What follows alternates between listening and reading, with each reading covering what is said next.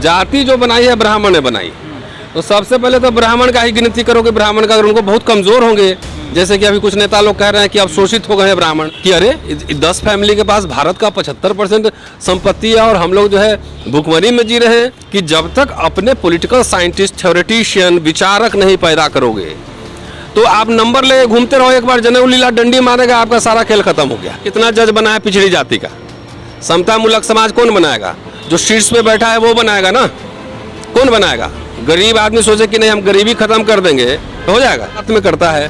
तो ये ऐसे अगर समतामूलक समाज बनाने की आपकी योजना है तो आपके पूरे मंशा पे मुझे डाउट है, आपके मंशा पे डाउट है। 70 साल में क्यों नहीं हुआ? किसकी जिम्मेदारी थी? किसकी जिम्मेदारी थी? अभी आप मूंछ रखने पे पीटते हैं लोगों को, मंदिर नहीं घुसने दे रहे हैं, बारात नहीं निकालने दे रहे हैं, और आप बनाएंगे समतामूलक समाज। पहले ब्राह्मण लोग यहाँ के जाति तोड़ो आंदोलन चलाओ, समतामूलक बनाना है ना, तो पहले आप चलाओ। आप ही ने बनाई है जातियाँ। गरीब ब्राह्मण, गरीब शूद्र जो है एक साथ बैठे एक थाली में खाए, जैसे पंडित जी लोग करता है, जय जय करता है, हाथ में बांधा, जय जय किया, कान में मंत्र मार दिया। ये जबरदस्ती हम थोड़ी थोपेंगे कि आप मुस्लिम नहीं रहो, आप हिंदू नहीं। जिनको जाना है ये वैचारिक विमर्श है, इवोल्यूशन होगा, विकास होगा, धीरे धीरे लोग समझेंगे। एक आवाज़ उठाने के लिए उनकी जनगणना को लेकर के, जिस तरह से अभी लगातार हिंदू समाज को किसी एक तरफ आवाज़ उठा रहे हैं, मुसलमान भी आ गए, क्या लगता है दोनों की लड़ाई अलग अलग लड़ी जाएगी एक साथ? नहीं, एक ही साथ लड़ी जाएगी। बात है पिछड़ों की बात है, और ये जो सरकार है जो नहीं कराना चाहती है उसको ये कारण बताना चाहिए कि ओबीसी की जनगणना, अब जातीय जनगणना क्यों नहीं? ओबीसी छोड़ दीजिए, हम तो कह रहे हैं कि इस मंच से पहले उठना चाहिए था कि जितने अपर कास्ट है उसका जनगणना करो। पहले जाति किसने बनाई है? पसमानदा ने बनाई है? हिंदू पिछड़े ने बनाई है? नहीं, जाति जो बनाई है ब्राह्मण ने बनाई। तो सबसे पहले तो ब्राह्मण का ही गिनती करो कि ब्राह्मण का, अगर उनको बहुत कमजोर होंगे, जैसे कि अभी कुछ नेता लोग कह रहे हैं कि अब शोषित हो गए हैं ब्राह्मण, तो उनको जो है लाइए। पहले उन्हीं का कैसे पता लगा कि शोषित हो गए हैं? कोई आंकड़ा होगा ना। अगर कह रहे हैं कि ब्राह्मण शोषित हो गया है या कोई भी जात शोषित हो तो उसका आंकड़ा लाएंगे, तो आंकड़ा कहाँ से लाएंगे? तो इसलिए सभी को चाहिए कि पूरे जाति का जनगणना हो, शेर का, बाघ का, सबका हो रहा है जनगणना है। और जो अगर ओबीसी समाज की बात की जाए तो प्रधानमंत्री नरेंद्र मोदी भी कहते हैं मैं भी ओबीसी समाज से आता हूँ, वो देश के प्रधानमंत्री हैं, और देश के जो राष्ट्रपति हैं वो भी दलित हैं, तो कहाँ पर हक अधिकार मिल रहा है? किस विचारधारा का आप रिप्रेजेंट करते हैं ये महत्वपूर्ण है ना। वो विचारधारा को रिप्रेजेंट कर रहे हैं जनऊ विचारधारा को, वो विचारधारा रिप्रेजेंट कर रहे हैं अडानी अंबानी विचारधारा को। तब पूंजी और जनऊ दोनों का कंबाइंड हो गया है। कहने के लिए इलेक्शन के समय कहते हैं कि मुझे नीची जात कह दिया, मैं छोटा जात हूँ, मैं अति पिछड़ा हूँ। तो जब कह रहे हैं तो आपको तो स्वतः संज्ञान लेना चाहिए था कि हमारे ही जात का जो है, मोदी जी का जो जात है उसी का जनगणना करा लो पहले, कि मोदी जी के जात के कितने लोग हैं, कितना नीची जाति है, कितना नीचा गए, कौन कितना ऊपर गया। और जाति जनगणना सिर्फ जातियों की और आदमी की जनगणना नहीं होगी ना, संसाधनों की भी जनगणना होगी।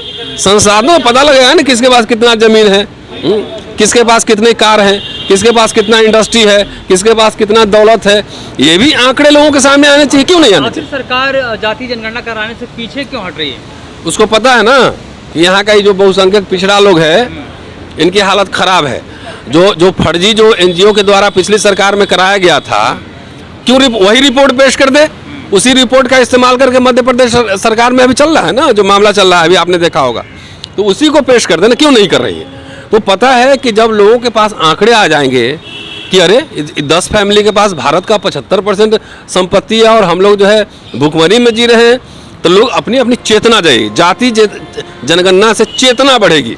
उनकी खराब हालत क्यों है, क्या वो पॉलिसीज़ हैं, क्या उनकी सरकारी नीतियां हैं, नीतियां को बनाने में, और नहीं बनेगी तो आंदोलन करने में वो चेतना बढ़ेगी। इसलिए जाति जनगणना जरूरी है। सर, जिस तरह से भी कहा जाए कि कांग्रेस पार्टी ने उसके टाइम की जो जनगणना हुई थी वो आखिर क्यों उसको पटल पर क्यों नहीं रखने को? अच्छा, एक बात बताइए, ये लड़ाई सिर्फ संख्या की आइडियोलॉजी की लड़ाई है।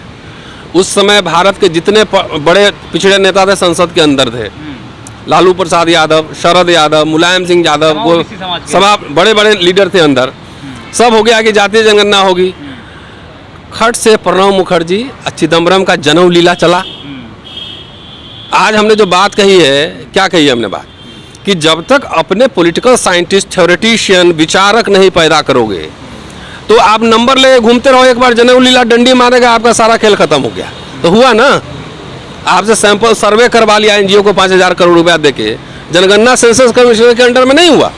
तो इसलिए कह रहा हूँ, मैं इस समाज से अपील भी कर रहा हूँ कि 85% पॉपुलेशन आप कह रहे हैं, तो जैसे बड़ौदा महाराज ने भेजा था अम्बेडकर साहब को पढ़ने के लिए, तो इतने उस समय तो लोकशाही नहीं थी, उस समय तो ब्रिटिश हुकूमत थी, उस समय राजतंत्र था, तो राजों रजवारों ने अपने बच्चों को, समाज के बच्चों को, खासतौर से दक्षिण भारत और महाराष्ट्र में पढ़ने के लिए भेजा। अब तो लोकशाही है, इतने आपके मंत्री हैं, इतने कलेक्टर हैं, एसपी है, इंजीनियर है, डॉक्टर है, बिजनेसमैन है, तो अब कितना बच्चा को भेज रहे हो? जब तक 100-500 लोगों को पढ़ाओगे नहीं अच्छे से, तब तक ये वैचारिक लड़ाई है, ये राजनीतिक आंदोलन चलते रहेंगे। लेकिन उसको सस्टेन करने के लिए, हर समय आपको आइडियोलॉग, इंटेलेक्चुअल चाहिए। इसलिए इस समाज को बहुत बड़ी संख्या में आइडियोलॉग्स और इंटेलेक्चुअल पैदा करना होगा। सर, जो 5 राज्यों में चुनाव होने वाले हैं, खासतौर से उत्तर प्रदेश की बड़ी चर्चा है, उत्तर प्रदेश के चुनाव में कितना ये असर डालेगा? क्योंकि वहाँ पर जाति जो समीकरण है बहुत इम्पोर्टेंट रखता है। ऐसा है, पहले तो हमें लगता था कि मीडिया जो है हम लोग की बात नहीं छापता है, तो अब मेन स्ट्रीम मीडिया में हम लोग जाते ही नहीं, न टीवी बुलाते हैं, न अखबार बुलाते हैं।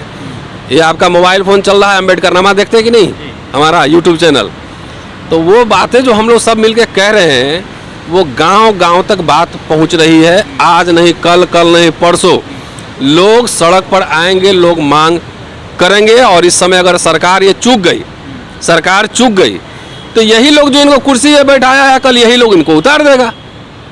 लेकिन वो लोग कौन हैं जो कह रहे हैं कि जाति जनगणना से जाति को बढ़ावा मिलेगा, हम एक समतामूलक समाज बनाना चाहते हैं? कहाँ समतामूलक समाज में कितना जज बना है पिछड़ी जाति का? समतामूलक समाज कौन बनाएगा? जो शीर्ष पे बैठा है वो बनाएगा ना, कौन बनाएगा? गरीब आदमी सोचे कि नहीं हम गरीबी खत्म कर देंगे, तो हो जाएगा।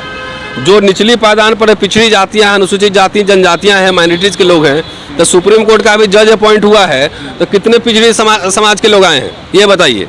कैसे बनेगा समतामूलक? आप शादी ब्याह करते हो, मैट्रिमोनियल उठा कर देखो, तो जात जात में करते हो, मंत्री जज सब जात जात में करता है।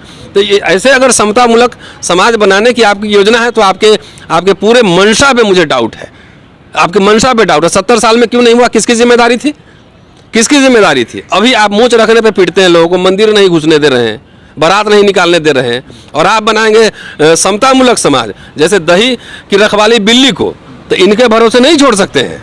ये बिल्ली दही की रखवाली नहीं करेगी। अगर कबूतर आँख छुपा ले रेत में और सोचे कि बिल्ली नहीं खाएगी, तो ये प्रॉब्लम बिल्ली का नहीं, कबूतर का है।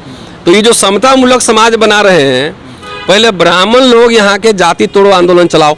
समतामूलक बनाना है ना, तो पहले आप चलाओ। आप ही ने बनाई है जातियाँ। गरीब ब्राह्मण और गरीब शूद्र जो है एक साथ बैठे एक थाली में खाए, तभी ना समतामूलक बनेगी। लेकिन ओबीसी समाज के लोग लगातार, जब राम मंदिर का आंदोलन था, उसमें तो बढ़ चढ़ कर हिस्सा तो ठीक है, नहीं जानकारी थी, ये कहाँ से आएगी जानकारी? अंबेडकर अगर नहीं इतना होते, वो परंपरा नहीं होती महाराष्ट्र की, तो दलित लोग में जो चेतना है वो नहीं आती। अब यहाँ वो विचारक, जैसे अब तमिलनाडु को लीजिए, तमिलनाडु में दूसरी बात है, वहाँ तो स्टालिन मंदिर में गैर ब्राह्मण पुजारी नियुक्त कर दिया, नीट की लड़ाई लड़ा, अभी प्राइवेट सेक्टर में आरक्षण की लड़ाई भी लड़ रहा है। तो वहाँ वैचारिक चेतना थी, यहाँ पढ़ने लिखने में थोड़ा उत्तर भारत पिछड़ गया। तो ये दुनिया मानने वालों का है। अगर आप बौद्ध मठ नहीं बनाओगे, आप बोलोगे कि नहीं बौद्ध मठ, बुद्धिज्म क्या है, तो कहीं ना कहीं जाएगा ही ना। तो इस समाज ने बुद्धिजीवी पैदा नहीं किया। ललय सिंह यादव का इतिहास जिनको बात करना चाहिए वो दबा हुआ है, ये कौन उठाएगा? ये हम ही आप उठाएंगे ना। तो चूंकि दुनिया मानने वालों की है, तो कुछ ना, तो उसमें ओबीसी समाज की गलती नहीं है, चूंकि उनके पास कोई विकल्प नहीं था, तो कुछ लोग भजन की जान तो करेगा ना। अगर बौद्ध ऑल्टरनेटिव उनके पास रहता, हमारे नेता और विचारक लोग लेके गए रहते मठ में, अब बौद्ध भिक्षु घर घर जाके प्रचार करते रहते, जैसे पंडित जी लोग करता है, जय जय करता था, हाथ में बांधा, जय जय किया, कान में मंत्र मार दिया। तो उस तरह से अगर किए रहते, तो बौद्ध धर्म का भी प्रचार प्रसार हुआ रहता ना। तो इसलिए खैर उसमें कोई बात नहीं है, लेट कभी नहीं होता है, हजारों साल की लड़ाई है। तरफ प्रधानमंत्री जी कहते हैं सबका साथ, सबका विकास, सबका विश्वास, अब तो सबके प्रयास की बात कर रहे हैं। नहीं ठीक है, तो कर लिए, तो 7 साल से देख लिए ना किसका विकास हो रहा है, किसका क्या हो रहा है। किसान भी सड़क पे बैठा हुआ है, जय जवान जय किसान का देश अब जो है जय धनवान हो गया है। दिख नहीं रहा, सबको दिख रहा है। कितना आप सफल हो पा रहे हैं अपने इस आंदोलन में? क्या बात कर दी, क्यों नहीं सफल हो पा रहे हैं?